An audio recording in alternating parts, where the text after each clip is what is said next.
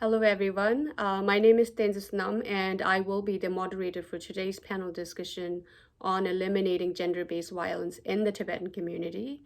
On behalf of the Tibetan Center for Human Rights and Democracy, I would like to thank all our panelists for accepting our invitations despite your busy schedule. Among us in the audience, we have staff members and research fellows from our office. We are also joined by the two staff members from the Women's Empowerment Desk of the Central Tibetan Administration. We are holding this discussion to observe the United Nations' 16 Days Activism Against Gender-Based Violence, launched every year on the 25th November, which is also celebrated worldwide as the International Day for Elimination of Violence Against Women. Before we start the discussion, let us watch a video message from Dr. Hamsa Rajan, a British Academy postdoctorate research fellow from the University of Oxford. She has done an extensive research on gender relations in Tibetan families, including the dynamics of abuse and intimate partner violence in the Tibetan region of Amdo. Dr. Rajan responded in advance to the questions that we posed to her. So let us watch the video together first.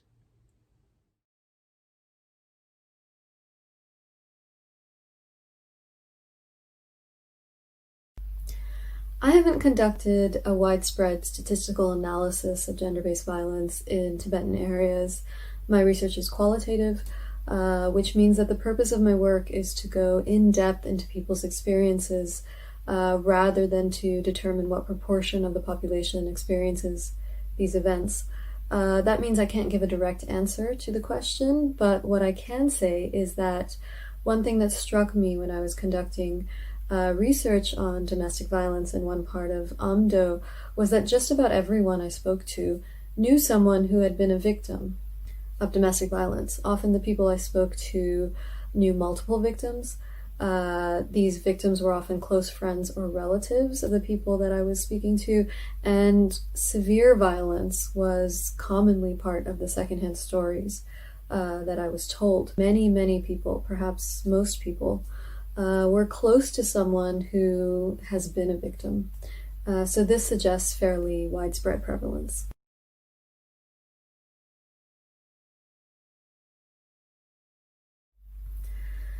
Gender-based violence, whether we're talking about rape, sexual harassment, abuse within the family or between couples, these are not Tibetan phenomena. They happen everywhere, they're a problem everywhere, they happen too often and are too widespread in countries and locations all over the world. So this is a human problem, which is also a Tibetan problem because it happens in Tibet as well. Basically, in every culture where gender-based violence is a problem, which is probably most cultures around the world, there are local cultural values and traditions which implicitly support or condone gender-based violence. Now, in the Tibetan areas where I've done my research, some of these factors are, for example, a fairly strong pressure on women, especially young women and newly married daughters-in-law, to be silent, to be humble, to be especially respectful of elders and men in the family, in addition to an idea that talking back when criticized by your husband or in-laws is unbecoming of a young woman or a daughter-in-law. I think this social pressure on women, especially young women, to be more silent and less outspoken in general than young men has wider repercussions than just gender-based violence. It means some young women may struggle with more insecurity, less confidence, and less social support to be independent-minded and to foster their critical thinking. Let me just point out, by the way, I'm referring here to my own research, which was conducted in one part of Amdo. I can't speak for all Tibetan areas. Secondly, there can be a lot of pressure on women to prove their worth to their husbands' families, and I'm talking primarily of patrilocal families here, so families in which a woman marries into her husband's household. There are all kinds of marriage arrangements in the parts of Tibet where I've done my research, and some of these arrangements are more likely to allow a young wife or bride a higher status. For example, when a man marries into his wife's family or a matrilocal arrangement. However, in all of these different types of marriage, what you still often see is similar gender ideas. So I'm referring to the kinds of roles that most people believe men and women should ideally take up within the household. There are also proverbs, which I think it's fair to say are quite hateful of women. Obviously, not all proverbs are like that, and there are religious tenets in Tibetan Buddhism which encourage the importance of respect for women. But some of these proverbs express hatred or an extreme dismissiveness of women on the basis of the fact that they are women, on the basis of their femininity. Prevalent culture in Tibetan areas is not just Tibetan, it's Chinese, it's a confluence of different ethnic groups and historical trends and patterns and events that have impacted the present. And this is a point we should remember as well. So, for example, government offices and workplaces in China and in Tibetan areas can be places of real male dominance and sexual harassment. The government is a major employer in Tibetan areas, and that kind of environment is going to impact how people, Tibetans included, learn to live and be in the world.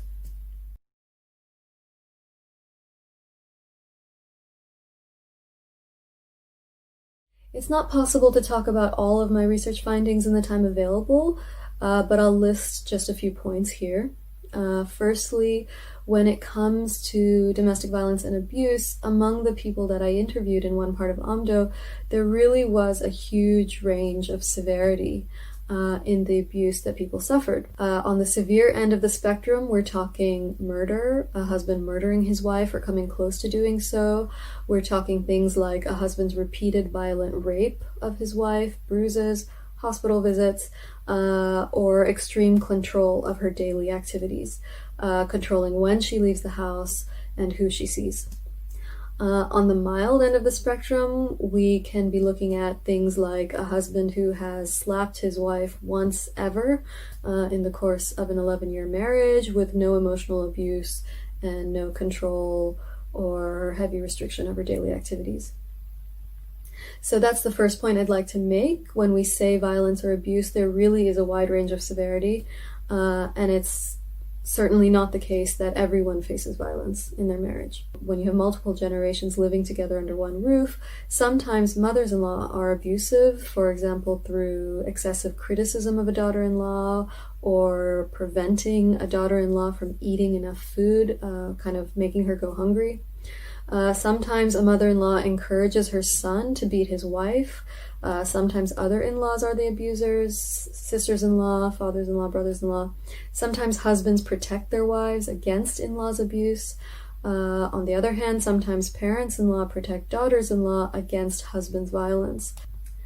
And finally, if we want to start talking about solutions, I think that families and the wider community have a huge role to play. Both women and men have to fear gossip and rumors that might spread about them in the village or wider community. But gossip can reinforce abuse because women who have been beaten are sometimes judged within the community as lazy or deserving of violence. If we build a wider community in which there are norms of zero tolerance to violence, and we direct our judgment to the people who are being violent and abusive rather than towards the victims, that would help enormously. If parents prioritize their daughters' wishes and become more reluctant to simply send daughters back into violent marriages, that would help. Women often return to their parents' home when they've faced violence in their husbands' households. But in these cases, parents sometimes encourage their daughters to return to their husbands. If parents stop thinking of violence as something that women must naturally suffer during the course of their lives, and if they support daughters more to leave abusive households, I think that would make it harder for husbands and in-laws to become abusive.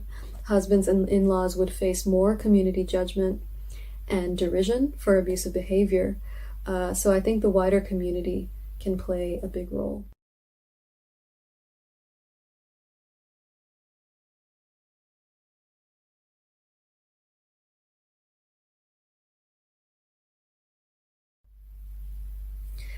This is really a false dichotomy. There's no reason that the answer must be one or the other. Asking women and others advocating for gender equality to set aside their concerns for more important, wider community goals has happened in many places around the world in different time periods. The effect of this is that the time to advocate for gender equality never comes.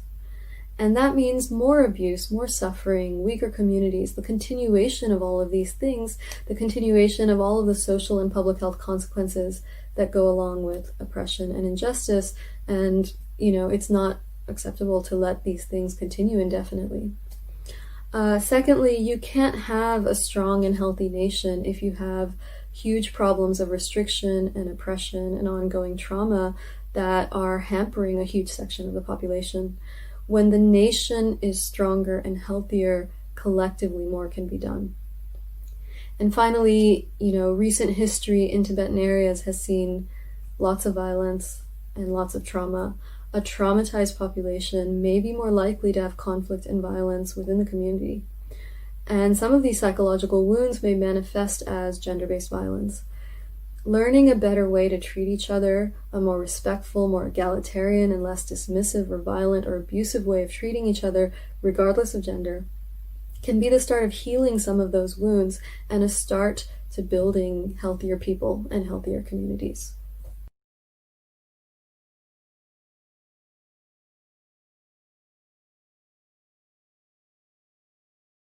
There are many different kinds of feminisms, and they don't all agree with each other on all points. I don't agree with all the versions of feminism that are out there. Feminists disagree with each other. Also, not all feminism is Western. To say feminism is a Western ideology is to ignore lots of groups and movements around the world. Some versions of feminism are really grappling with the issues of a community that is marginalized or a group of people who have experienced colonialism and who are dealing with post-colonial realities. So not all feminism is Western. It's also not always easy to define what Western means when we live in a world where ideas flow across the globe in different directions. But for the sake of answering the question, let's envision a hypothetical. Say that we label a certain kind of feminism Western, that this version of feminism is unknown to any Tibetans, and that it then gets imported to Tibet, that somehow this version of feminism gains widespread and mainstream popularity in Tibetan communities. Now, I can't imagine that such a thing could happen without the original ideas becoming thoroughly Tibetanized, so to speak. Half the ideas discarded, the other half taken up, but changed and adapted to meet the needs of the community. My point is that an ideology doesn't have to be foreign or coming from outside or Western as long as it's learned, engaged with, debated locally, and adopted only after it is adapted, changed, and parts of it discarded as befits local needs. So what I mean is that to simply dismiss as Western any attempts to push for gender equality or to address issues such as gender-based violence, such dismissal looks to me like simply a way to stop the conversation, not a way to openly and honestly figure out if there is a problem and what should be done about it. Communities change and grow. All communities change and grow with time. It's not always necessary to fear that. Thank you, Dr. Rajan. Now, moving on, before we start, I'd like to introduce all our panelists briefly, taking in consideration the limited time that we have. In alphabetical order, first we have Dechen Siringla. Dechenla is one of the co-founders of the Acha Himalayan Sisterhood in San Francisco.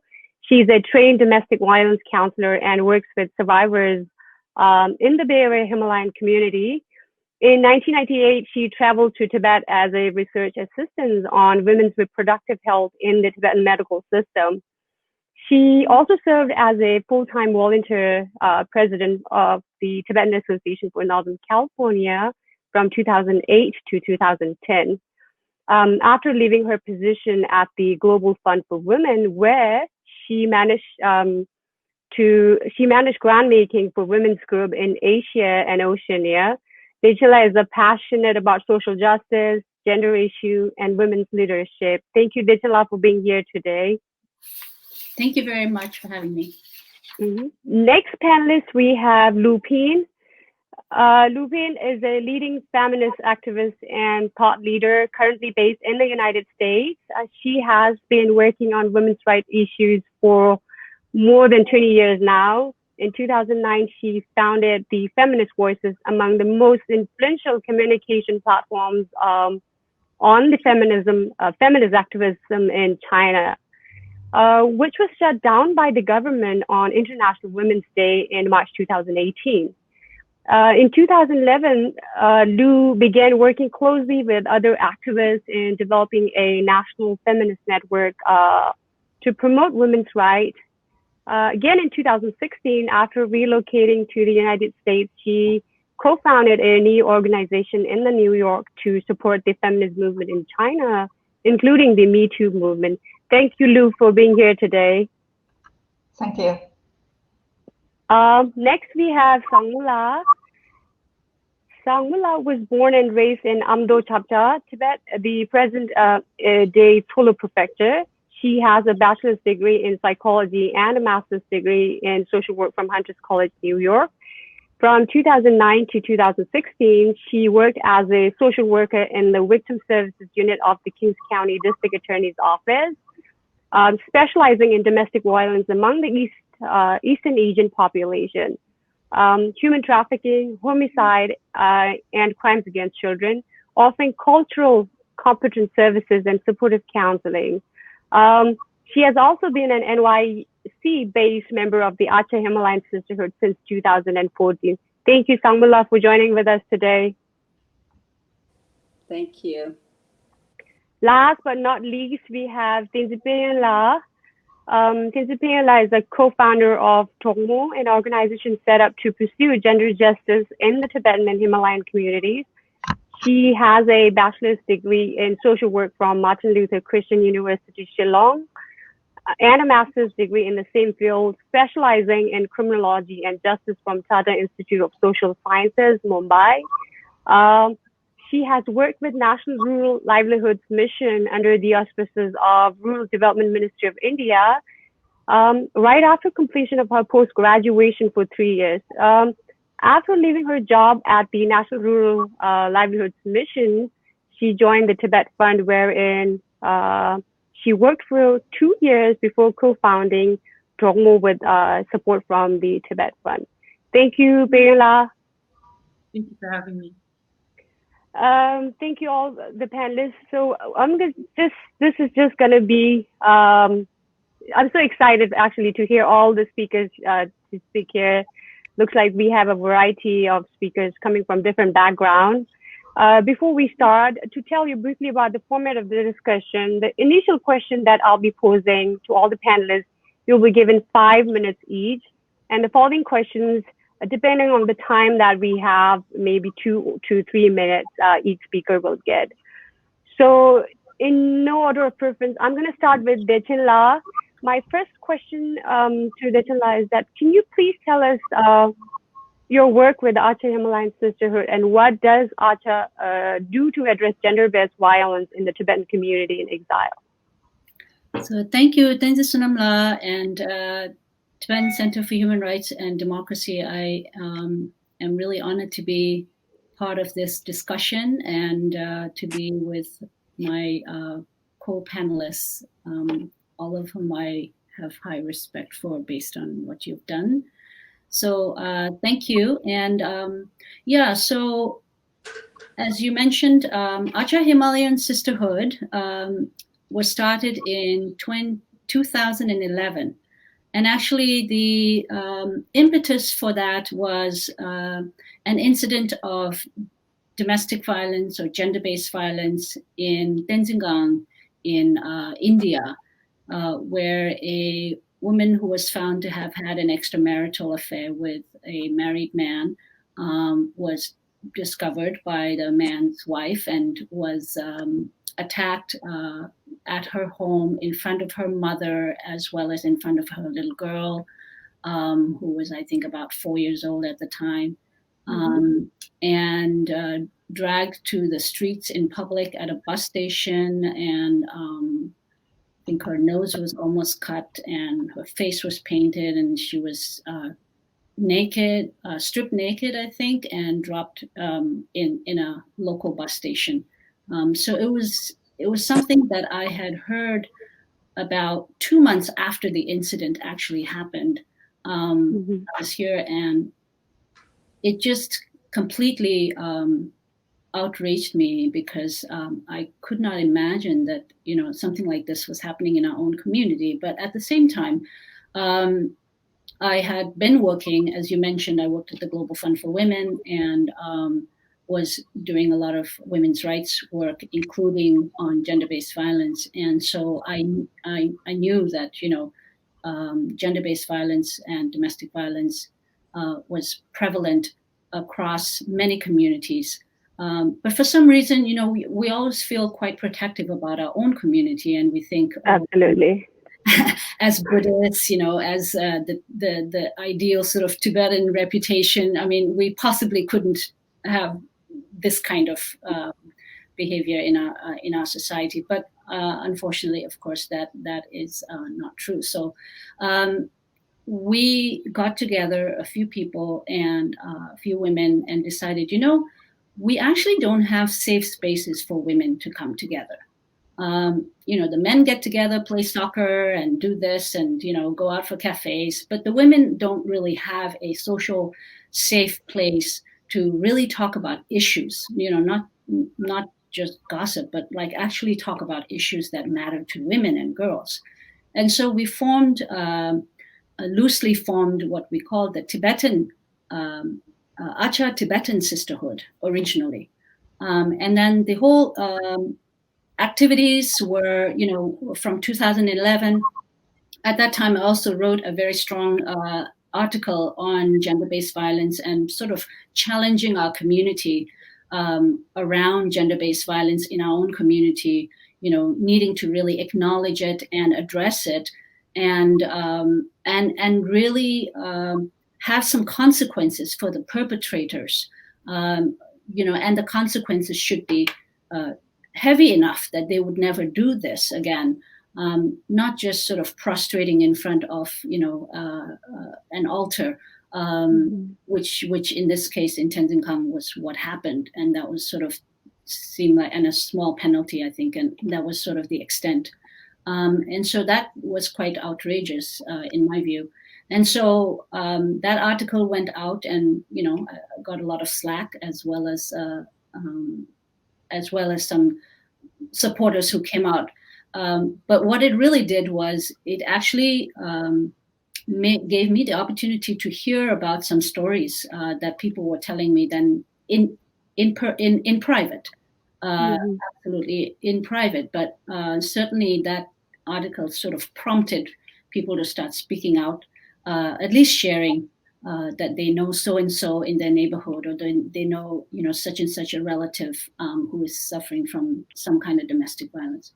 So Acha started, first we had to sort of be careful with our, stepping into the community. So Acha really, we did some workshops on civic education, on, we had sisterhood wellness projects.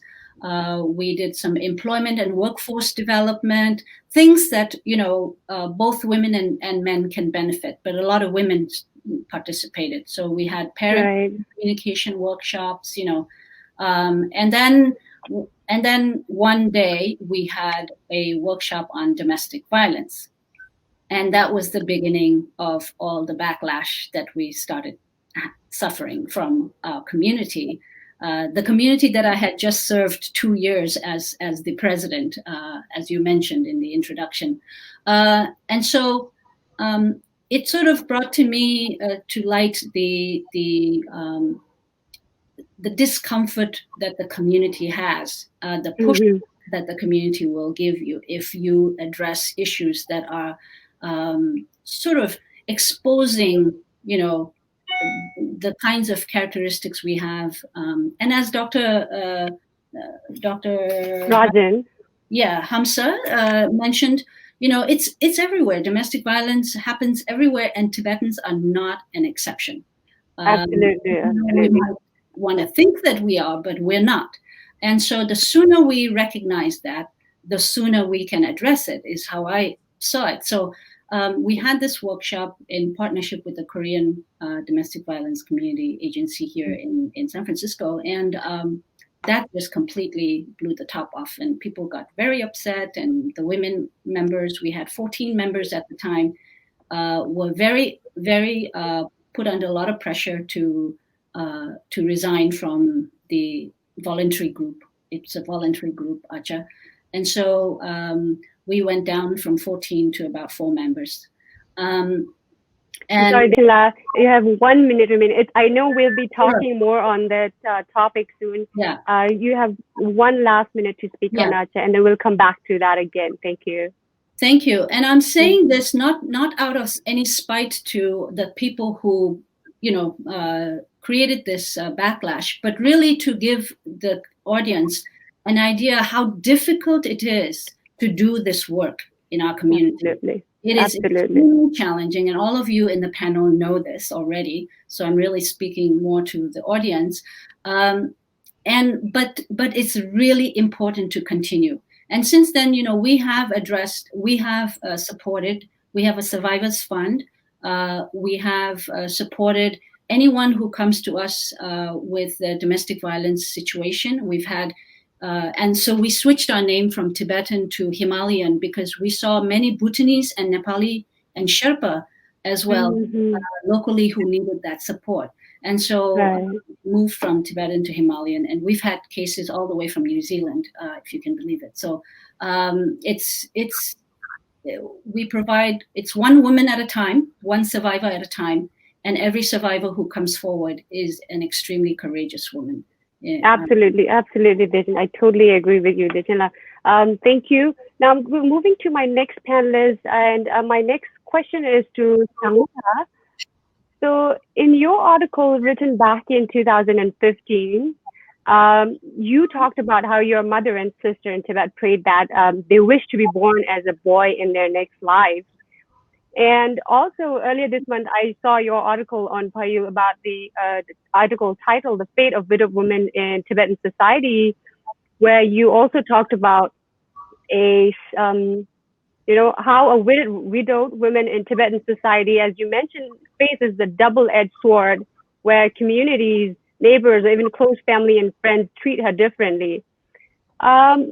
You also mentioned your sister and one of your best friends going through the same kind of stigma. So do you see this happening more in Tibet or in the diaspora community? Why do you think it happens, Samula? I do not know this is happening outside of Tibet, but I know this is happening in Tibet. Remember, so when I write an article, I really refer to Tibetan issues in Tibet. I'm not really talking about outside of Tibet. Sometimes, but basically, the example that I gave, 2015, my mother and my sisters and village women, they pray. Funny thing. Actually, it's not funny. They want to come back as a boy, and in the next life, right? I was just wondering, when you were young, you wouldn't understand. When you hear this over and over, it's not really healthy for women, for young girl to hear this kind of, lines, messages. It's like so discouraging, and then you wonder why. So I never had the answer, obviously. So later on, I was just asking my mother, why would you even say that? Why did you say that? So she said, well, boys have more options, women, girls do not.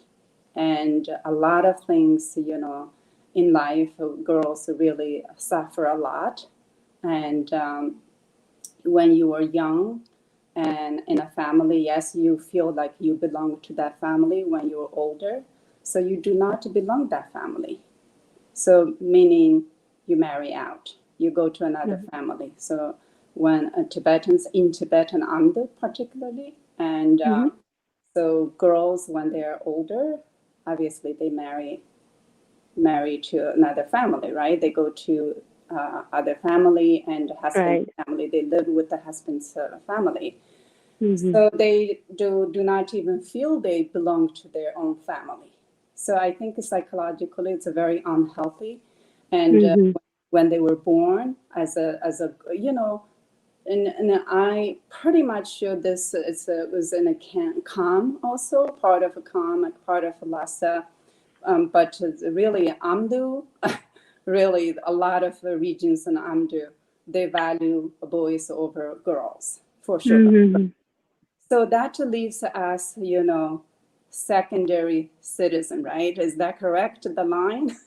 I think so. Yeah. Sadly, I think so. Yeah. So, you know, it's a psychologically, it's a very, very unhealthy for us to hear this kind of message. I think that as a girl, when you're young, you feel, you know, this, you're hearing this kind of message over and over. When you're older, and you women in general in Amdo area, and really in a family, they do not make decisions.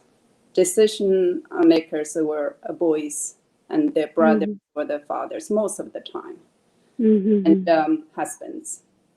So, and it's and that's the layer, psychological part I'm talking about, right? And then on top of that, when a woman loses husband, and they really they are treated very differently, really differently. That's really happening in Tibet. It's still happening in Tibet and the Amdo region, yes. And I actually, when I was young, I know for a fact when we I remember, and we had relatives, like this lady came to my family, and she stayed overnight, and when she left, so the family was really cleaning everything so really cleaning everything. They're saying like, so that the widowed woman, lady, bring misfortune. So this kind of superstitious stuff, I mean, as a young girl, I saw that and I heard that around me, and I saw that widowed women treated very badly like that. That's a psychological abuse, really. Absolutely. I would call this. This is not fair. And that's why I'm saying, and I used that double-edged sword. So as a woman, what's called less valued, right? And on top of that, once you become a widow, and another layer you are facing. So, and that's why I was using that line basically. And I don't know if you guys know this, in Tibet, and particularly in Amdo, but when I asked my friends and my social media group, WeChat group, I asked members from Kham, some regions of Kham, some regions of Lhasa. I said, is this happening in Tibet and in your region? You know, that's how this Tibetan women, widowed women viewed this way, but in Amdo, this is how they viewed. Is this true your region? They say, yeah, sure. Because particularly those two examples I used in my article, and women cannot give their clothes to other people, right? If you give your clothes to other people, they would just say, okay, do not take that because it's unclean, it's misfortune and bad luck. You see, all those lines are really, really negative, really. It's unnecessary. This is, I would call this is a socially constructed culture norm. Absolutely. And I also call this man-made culture.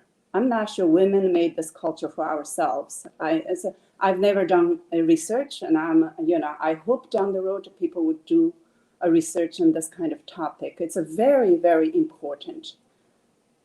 Right, Samla. Thank you so much. We'll come back more on this, the topic. And my next question is for Payala. Payala, can you tell us briefly about Dormo and when did you start this organization and why did you start this organization?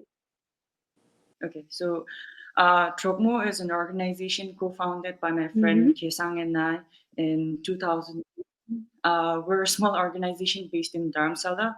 So the decision to form our organization came about after when we were working with different organizations in different capacities, and we received the opportunity to travel to different Tibetan settlements all over India.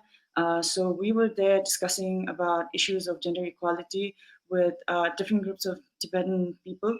So these included women, men, elders, and youths. So while we were discussing these issues with them, we found out that the concept of gender equality was almost non-existing in our community, and almost all the men and women declared that they thought that our community was very gender neutral because we're a Buddhist society and we practice compassion. So that was their reaction. So, but at the same time, they also told us about the kind of reproductive issues, sexual assault, rape, and domestic violence that were committed against women in the community. So, and the manner in which these were resolved. So, and most of the time, it felt like when they shared the story, it felt like it was always the woman who had to compromise, who was forced to compromise on various grounds. So, but these issues never gained any prominence in the society, and it looked like many of the victims never received any justice. So this made us think that there had to be an organization focused solely on issues of gender equality. But at that time, we couldn't think of any organization that was working on these issues. So we thought to ourselves, should instead of simply complaining about what's not working in the community, should we take it upon ourselves to do something about it? So took the plunge and decided to form our own organizations. So our organization is currently working on issues of menstrual hygiene and sexual and gender-based violence. We conduct workshops on these issues in different schools and nunneries in India and Nepal. We also work with Tibetan civil societies on issues of sexual harassment at workplace. And we also have a scholarship program called the Tibetan Girls Scholarship Program that supports girls with limited resources in funding their education. Amazing, Payala. Thank you so much. My next question is for Lupine. Lu, what inspired you to become an ardent advocate for women's rights despite the prevailing situation of restrictions on human rights and entrenched patriarchy in China? Oh, that's a long story. In 1990s, I was a journalist working for a national sponsored newspaper, which is named as China Women's News. My work there was to report women's rights issues. At the time, I remember that when a series of reports of one of my colleagues truly shocked me. It's about some female prisoners. Actually, with those female prisoners was sentenced to got a serious sentences because they killed their abusive husbands after a very long term of domestic violence and without any help and provision. Yeah. So I think that's that's a start point for me to realize that domestic violence is truly a serious social problem of our country when the majority of our people have never heard the term domestic violence at that time. Yeah, since Since then, several years later, I started editing a column which was named as "Understanding Domestic Violence," to introduce some basic information, basic knowledge of this issue to our audience. And since then, I have repeated for countless times that domestic violence is not private matter, but a public matter that the state, the government, and the mainstreaming society should take responsibility for. So I worked for some women's organizations in Beijing and some other national organizations to work together. In 2003, I delivered internet about anti-domestic violence law to some reporters covering the National People's Congress that year. Mm-hmm. So that was 17 years ago.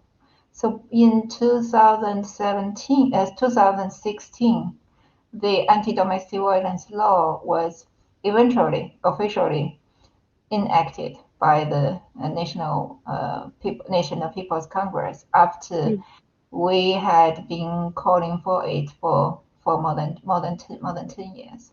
So domestic violence, I think, can be said to be the first issue that Chinese civil women's organizations and activities began to pay attention to on a certain circle. So it was the first important issue of us.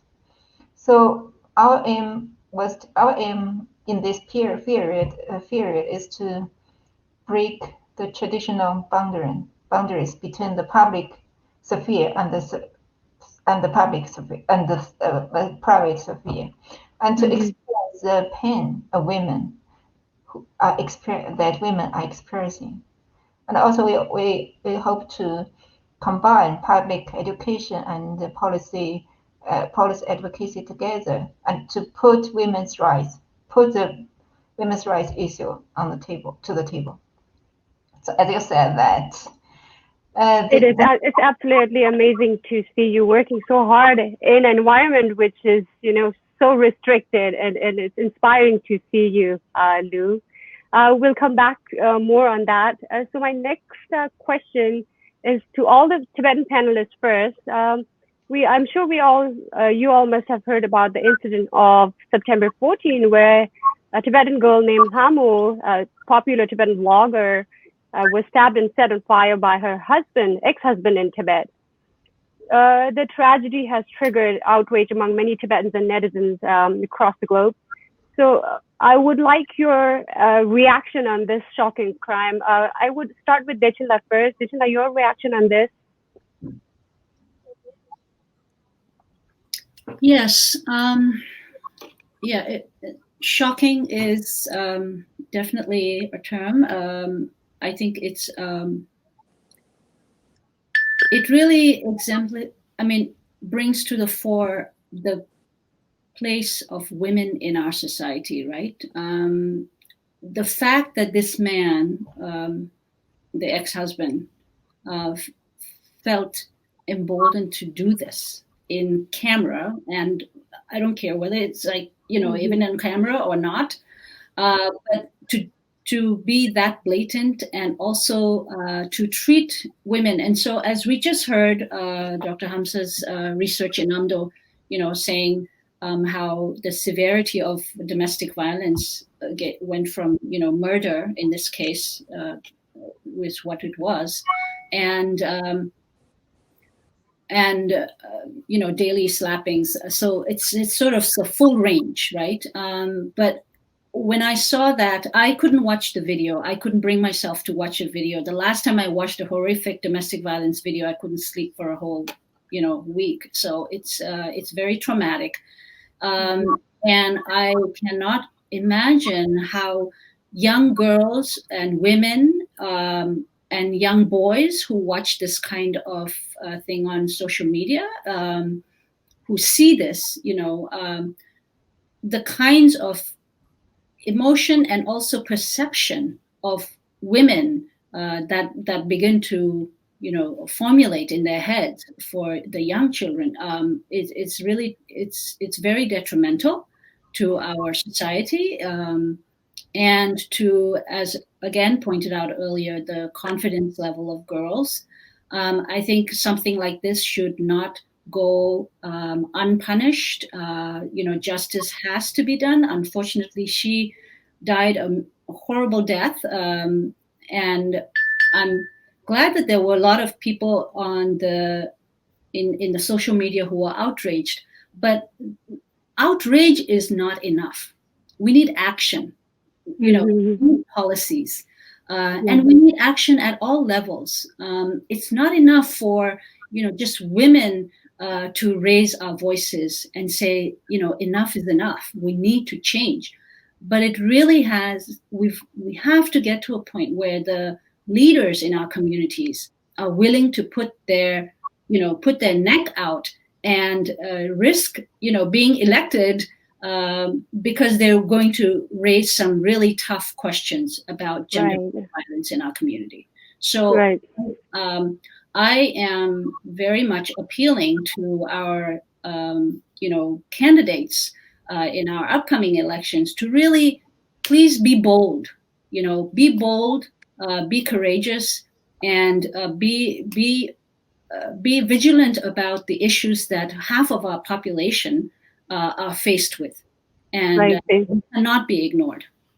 Thank you, Vijala. That's a very good point. Payula, can you tell what's your reaction on the incident? Vijala kind of already expressed some of the sentiments I was feeling, but I'll just I'll just add further.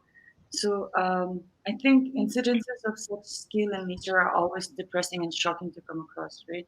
But what is more disheartening is that these incidences of violence against women gain importance or is highlighted only when it's committed on such a disturbing scale. Incident highlighted the fact that we continue to live in a very oppressive patriarchal society where men continue to exert their power and control over women and strip women of their agencies to make choices for themselves without having any fear or having to face such consequences.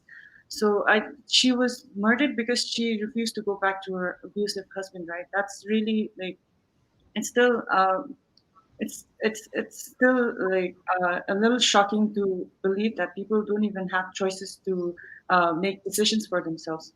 And this incident also highlighted the poor state of legal provisions and measures available in Tibet in support of victims of violence. I think because as per the news, it seemed like Hamu had made several complaints of violence against the accused, but she did not receive the kind of protection she should have received. So it feels like both the social and the legal system in Tibet failed her miserably. So, Thank you, Payula. Sangmula, what's your reaction on the incident? At first, I was really shocked to hear this kind of abuse happened in Tibetan society.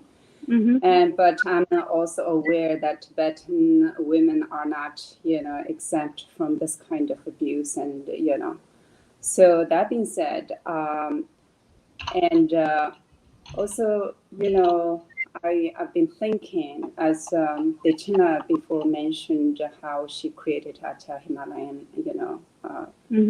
support group here. So then also Dechina mentioned that at the beginning 14 people, then it reduced the social pressure, from the family, husbands, or whatever, and so on and so forth. So that just shows that domestic violence doesn't just happen overnight. Killing just doesn't happen overnight. It creates from the beginning, right? Tension building, then the abuse building, the cycle of the three phases we all know, and to end, of course, it's losing life. That's the end line.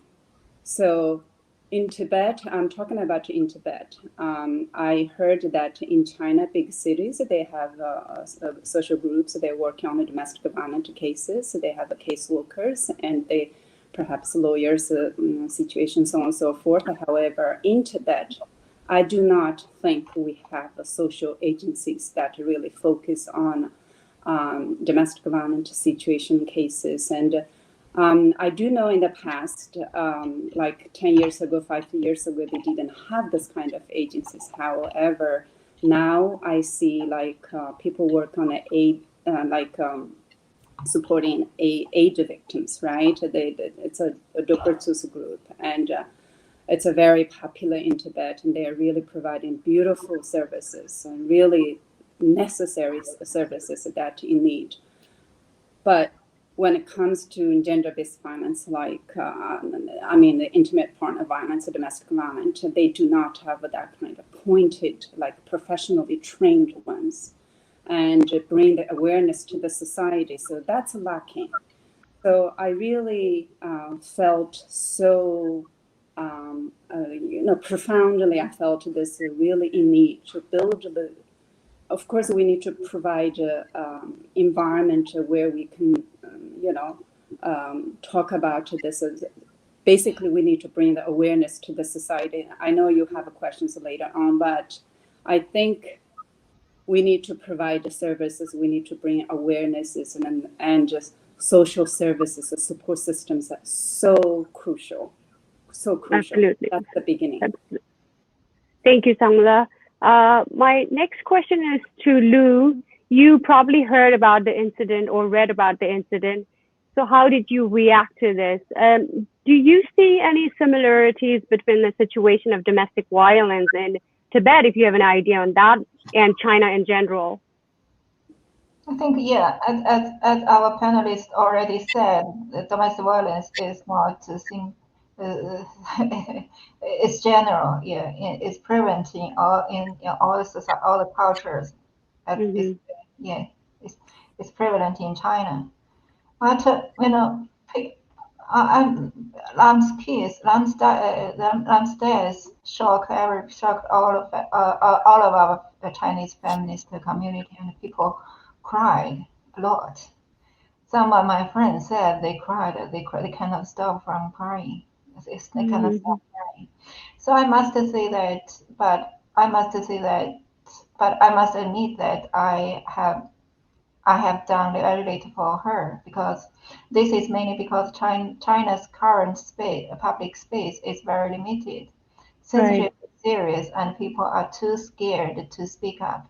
So therefore, many voices cannot be spoken out and be heard, and it's barely possible to carry out organized actions.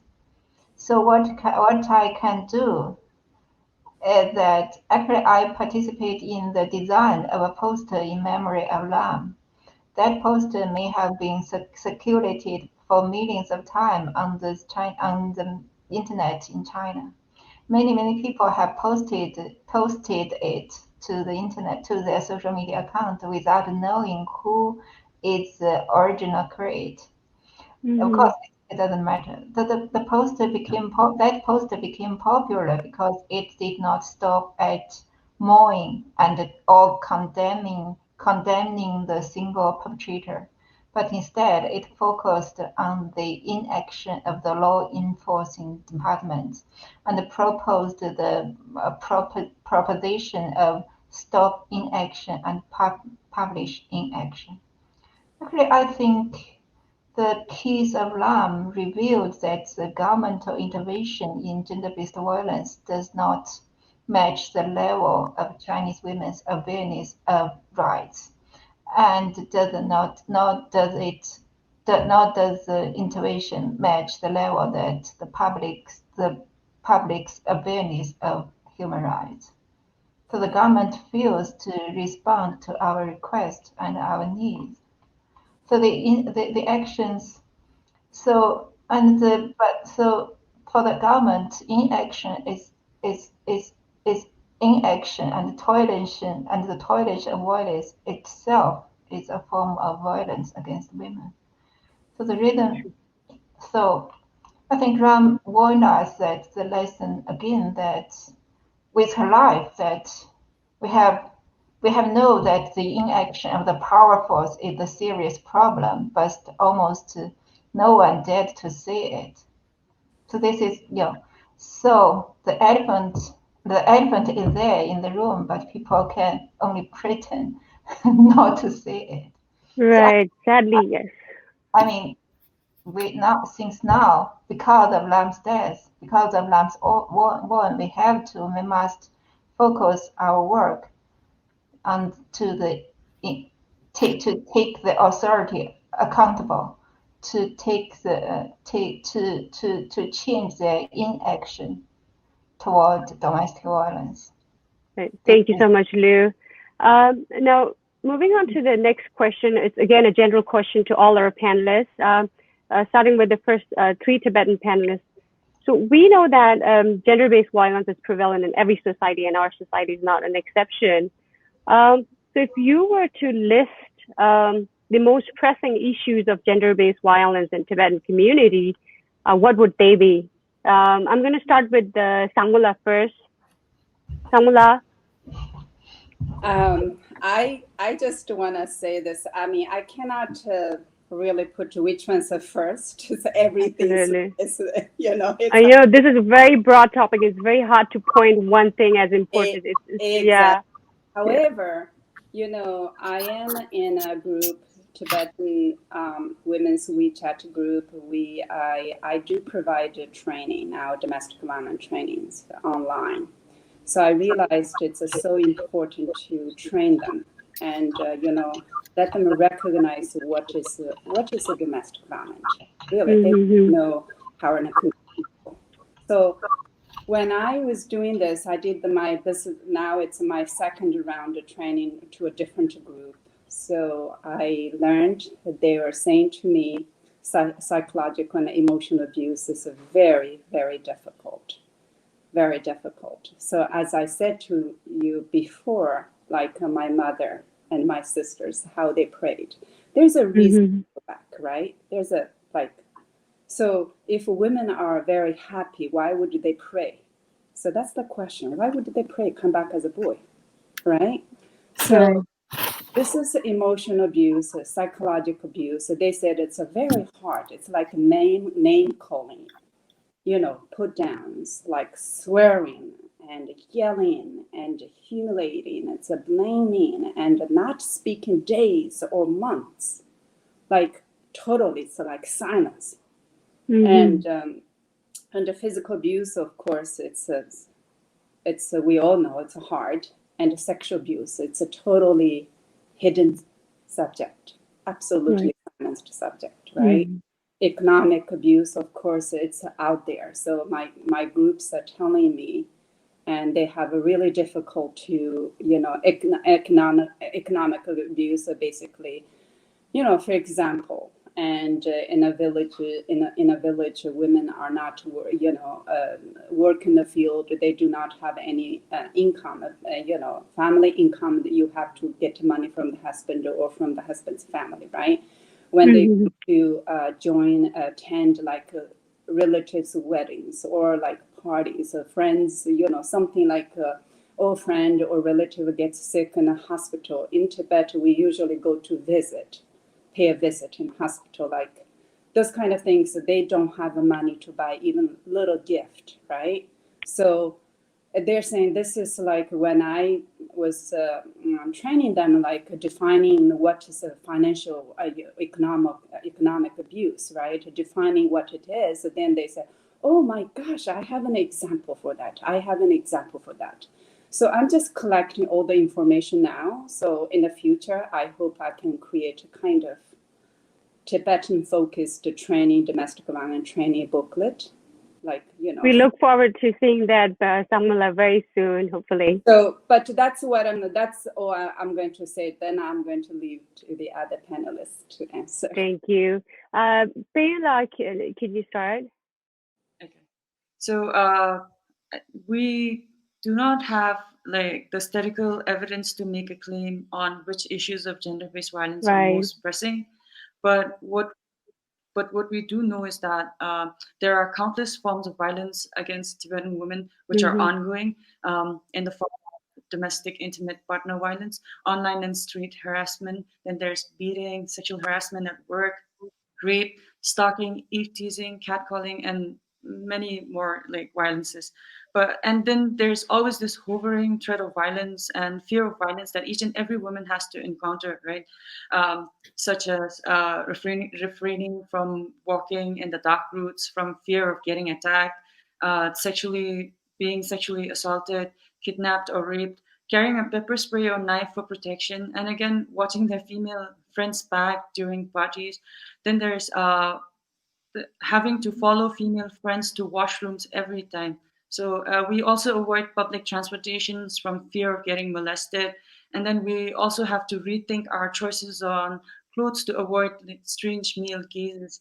And we also lack representation of women leaders in all of our social, educational, economic, and political spheres. Then there are violences that are some of these violences are explicit, and there are some violences that are inexplicit, such as psychological, mental, and emotional violence, which are challenging to explain and sometimes overlooked because we either don't have the knowledge if these can constitute as violence, or because we have internalized this violence. So we in our community we also have I think we can say that there's homophobia and transphobia. There are also anti-trans sentiments and discriminations that exist in our community. So the power relations between men and women is still very unbalanced. And women and other genders, excluding men, are at the bottom of this power relations. And society continues to condone these abuses and violence against women. So I think all of these issues are pressing because it affects as a woman, it affects our ability to just live, go, and do our work. So I feel like all of these issues of gender-based violence are pressing. Right, Taylor, thank you. Aditya. So I think my distinguished co-panelists have said what are the pressing issues sort of in terms of what constitutes gender-based violence. I'd like to sort of talk about the pressing issues more around policy and actions at the broader level. So for instance, I want to acknowledge TCHRD's work of last year.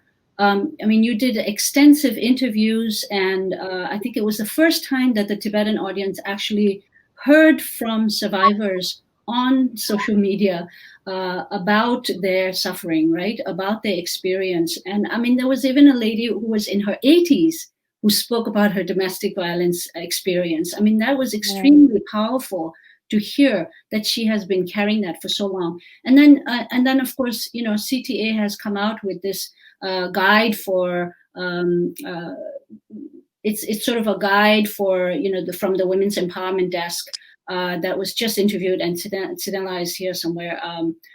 She spoke about that. I think there are signs that nonprofits and CTA are going in the right direction, but I feel like it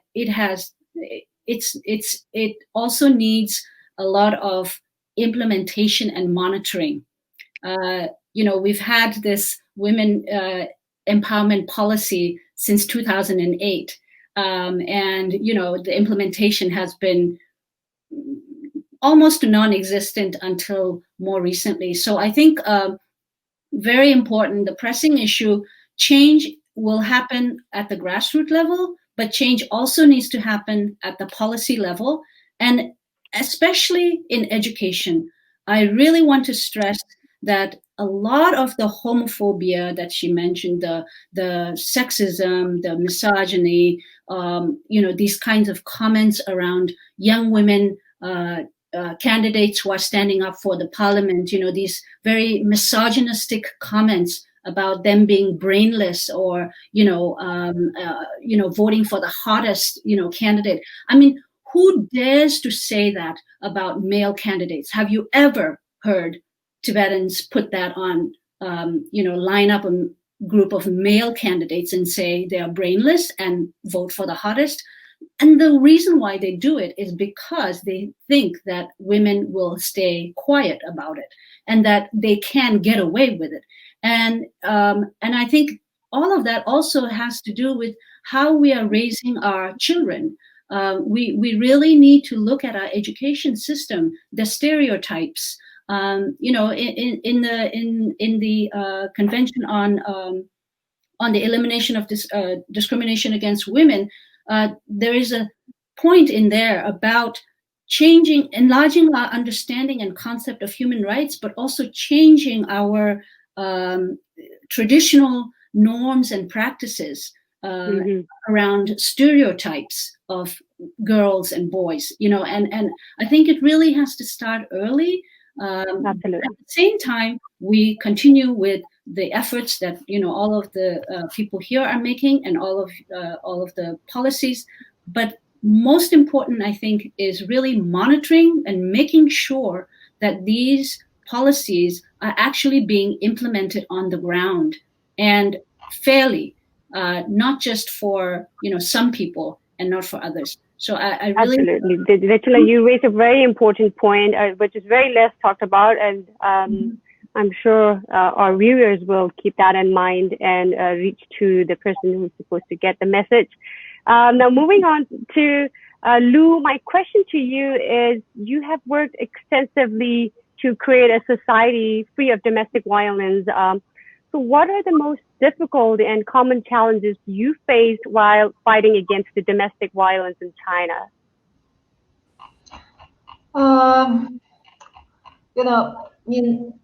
In Chinese media reports on Lam's case, we can see that the community around her lacks the necessary awareness of domestic violence.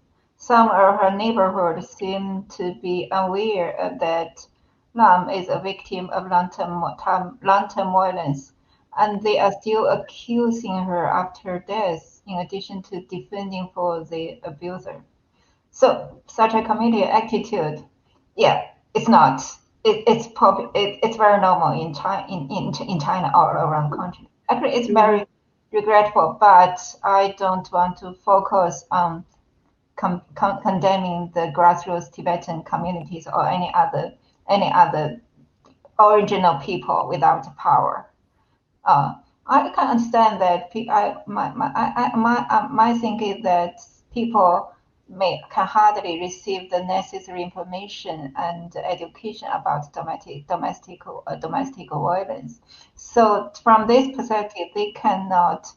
They also need support. The community also needs support in order to change their attitude toward domestic violence. So again, my focus, I think we should what we should focus on is the people with power, is the authority, the accountability of the authority.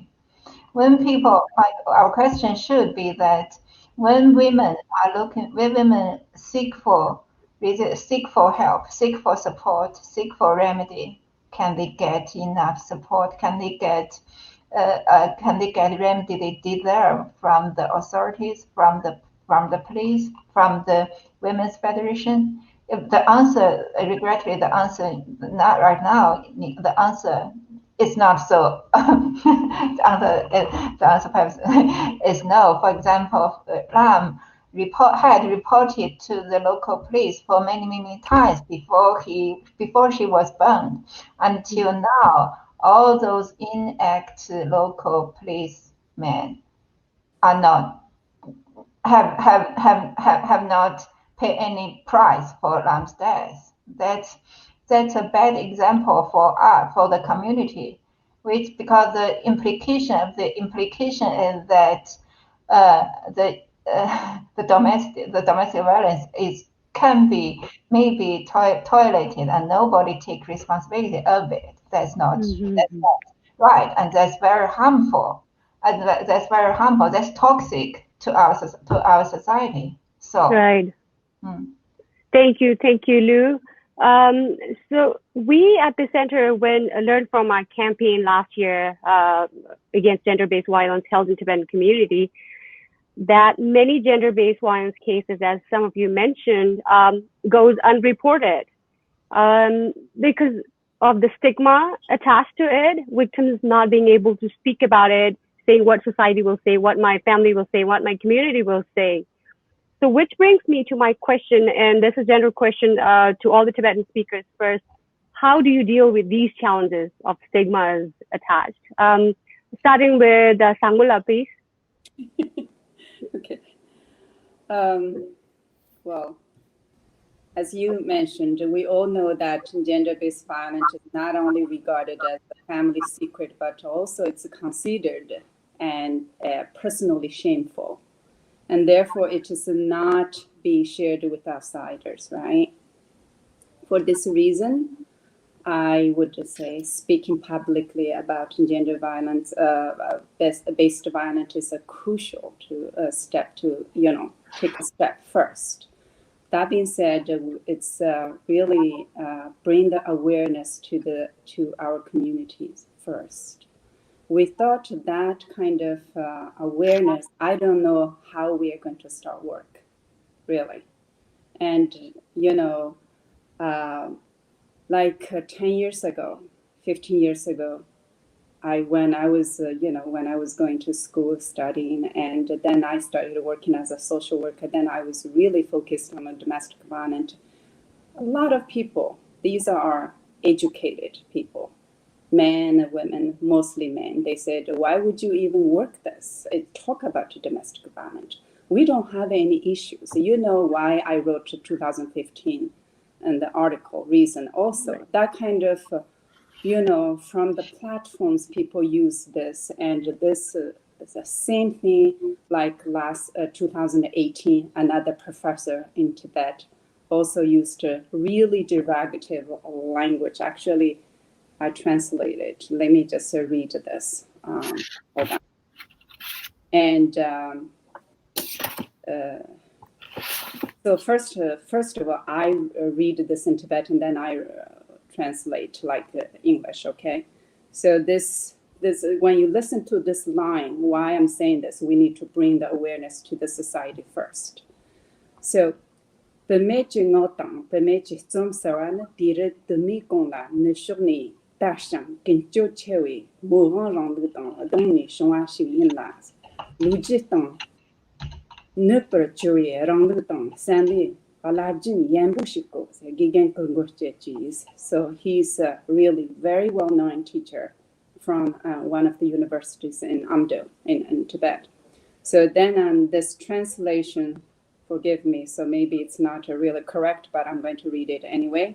Women's voices and women's literature bring with them from the West a centuries-old tradition of immoral feminist conduct, errant notions, the traditions and the philosophies of the bygone eras, basically that kind of stuff. You see, when we saw this kind of thing, so a bunch of Tibetan women, we also started road to reactions to that. So I'm not going to talk about the whole thing, but so that's why I really, really think it's a really foundation. We are kind of a really beginning of this conversation. It's like we are kind of century late. So sad in a way. But right. We need to start somewhere, right? Right, absolutely. For in Tibetan societies especially, I'm talking about, when I say this, really I'm talking about in Tibet. It's like Dichina mentioned, like these guys, like giving numbers for Tibetan women, right? The candidates. We Tibetan women do not give numbers to guys, right? We don't. So think about all these things, the reverse thinking. Why men are doing, why men's behavior is so acceptable? So acceptable. This is the reason, because the society normalizes everything, whatever the men created a culture, man-made a culture. What they make, they tolerate it. Women followed. Now it's the time for women to speak up. We need to bring the awareness to the society. And now it's better than before. And Right. also it's better than before, but Mm-hmm. it's not enough. We are going to Right. bring the awareness first, then we need to really talk about, what steps we need to take. Obviously, we need resources, we need to, case management, case managers, everything, policymakers, what Dechina mentioned, everything. But we are dealing with the different, countries also, right? I'm talking about Tibetans in Tibet. We are talking about Tibetans in exile government, right?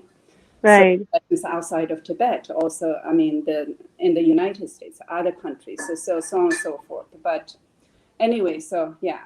Thank you, Samula. Pamela, can you talk briefly on that? We're running a little short of time, so I'm just going to give each Ditchala and Pamela a minute on this topic, please. Okay, so I think the first step would be to recognize that gender-based violence is a human rights issue, and it's a human rights issue, and it's not an individual issue. And there has to be a policy in place that can work towards ending discriminatory cultural and gender norms. So through the policy, I think there are mechanisms have to be in place to prevent, prohibit, and redress issues of gender-based violence, and sensitization is key. Knowledge sharing and meaningful accountability for perpetrators of violence has to be pursued, and survivors of violence should have access to shelter, medical, psychological, legal, and financial services. And how do we execute this is through building safe spaces for survivors of violence in all communities, in all Tibetan settlements.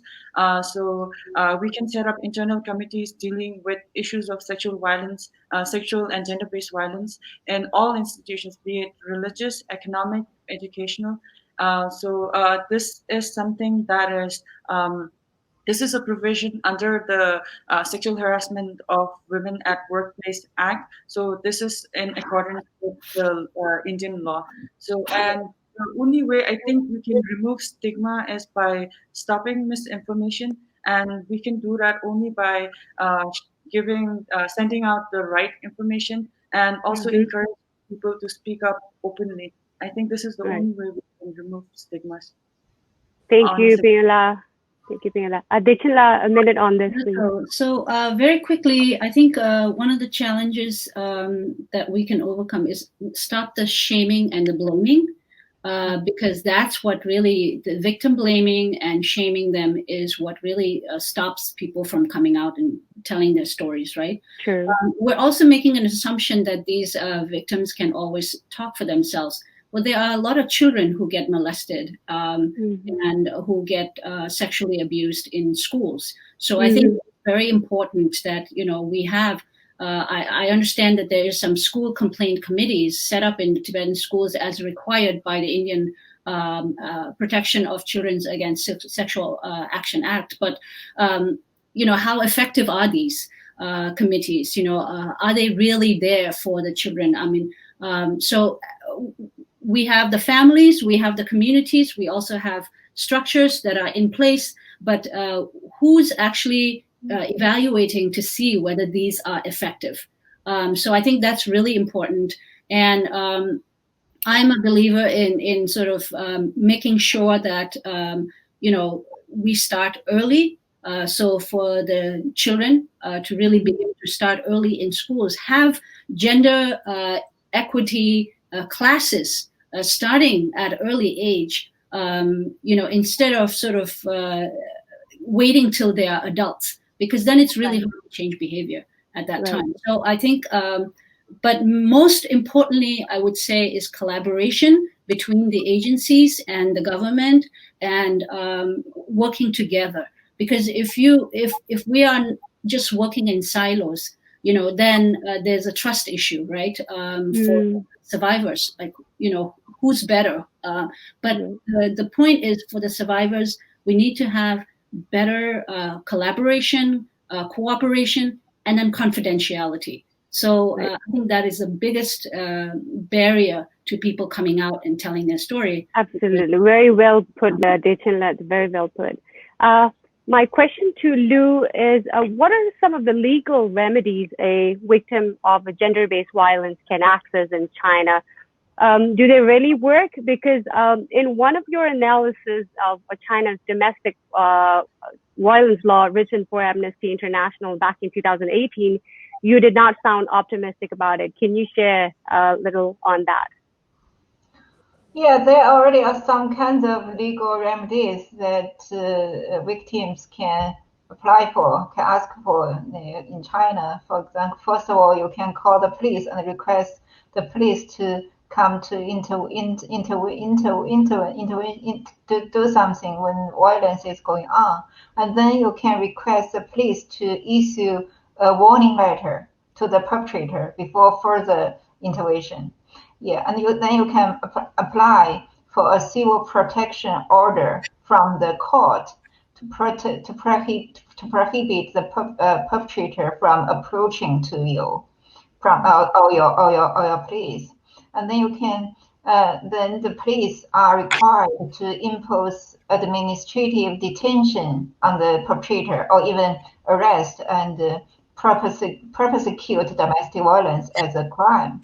And women can also apply for divorce and compensation for damages on the grounds of domestic violence, on the court, and obtain children custody because with the reason of the other side is abusive. So, but I have to say that at each level above, so there are many women fighting and disappointed. So in fact, some women figure out that seeking help in itself means huge labor and even more harm. And eventually they are exhausted and give up. So the simple evaluation is that to a certain extent, the relief and assistance provided by the law are quite out of reach in real life, are quite pretty much inaccessible for women. But in the public opinion environment, women are not allowed to tell the truth. If they say it, you will be probably accused or even threatened. So that's a simple. Thank you, Lou. Very well said. So we're running out of time already. I can't believe this is so short. We need more time for this. This is a topic not we can discuss in a night. Before I end formally, I would now request all the speakers to say a closing remark, if any. I'm starting with Lou. Do you have anything to say?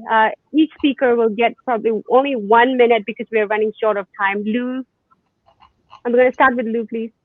I think there's no one single best way or any fast way to salute the issue of domestic violence in China. But I think our Chinese society needs a continuous public debate on gender and women's issue.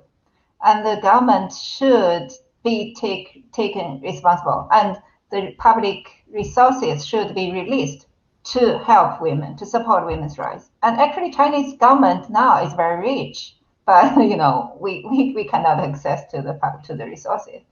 And if the government are reluctant to do something to support women, we non-governmental sectors can do many things as long as the government don't make trouble for us.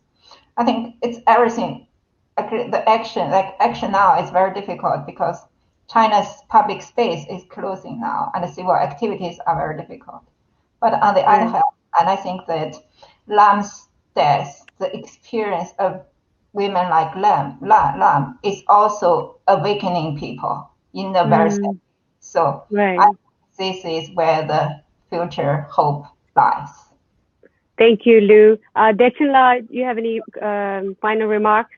My final remark would be that I think it's really important as we really grow this movement of addressing gender-based violence in our community to work with gender-based violence groups in other communities as well, so that our survivors don't think that they're the only ones and that that they don't have other places to go to.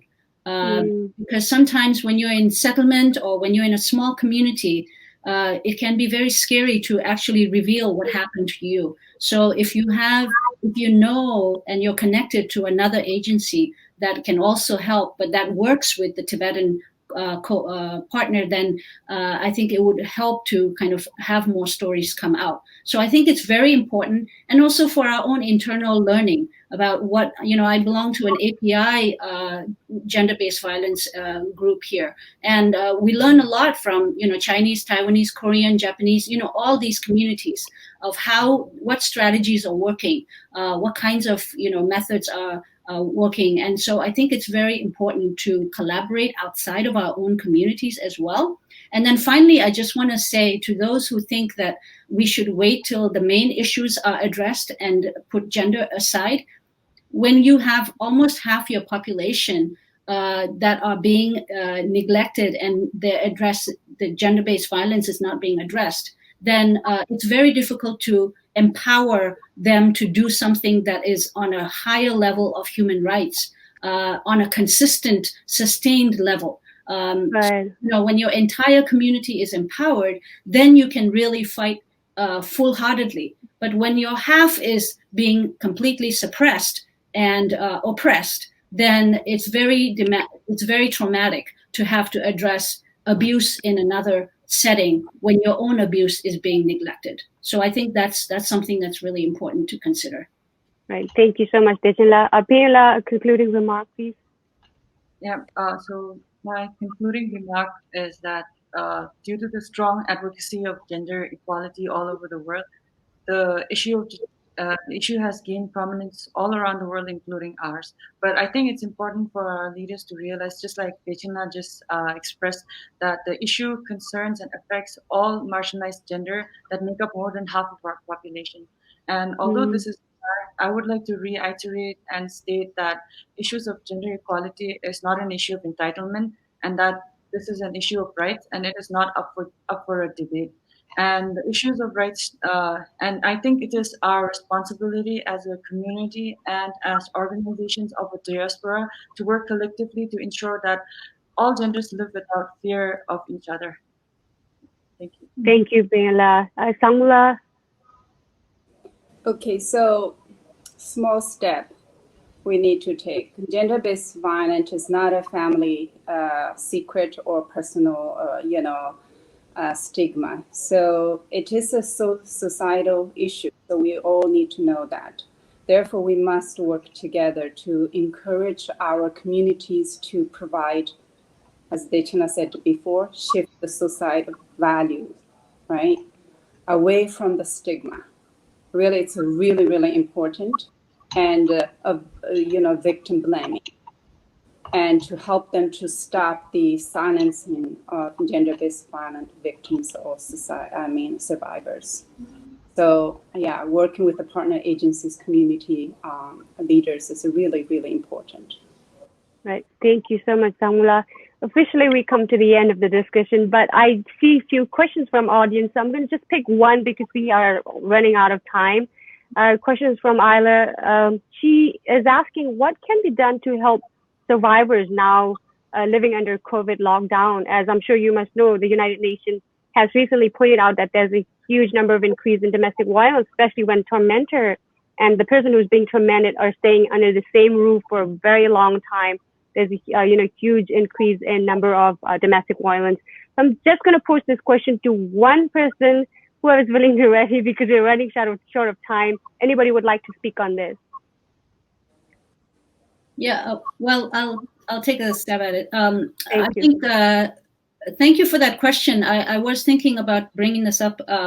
Yes, so whenever there is a pandemic or some kind of emergency, or wars, it's often and sadly the women and girls who really bear the brunt of this, right? And in this case now you have the domestic violence survivors locked up in their homes with the perpetrators there all the time. And the level of frustration, the level of everything has gone up. And so there is more suffering. What can they do? I really think that I think there's been a lot of effort from the domestic violence groups to reach out to them sort of through the apps, through phone, trying to see if they can call. Sometimes there are these also group support groups, so you try to have like just a general support group kind of conversation, but at least letting them know that they are being thought of, or they're not alone, they're not abandoned. Having female friends call them, and just say, are you okay? How are you? Like just checking in on them, but not necessarily from the shelter or from the agency, but through relatives that they might have known or through friends. So I think it's important, or even through neighbors, just checking in.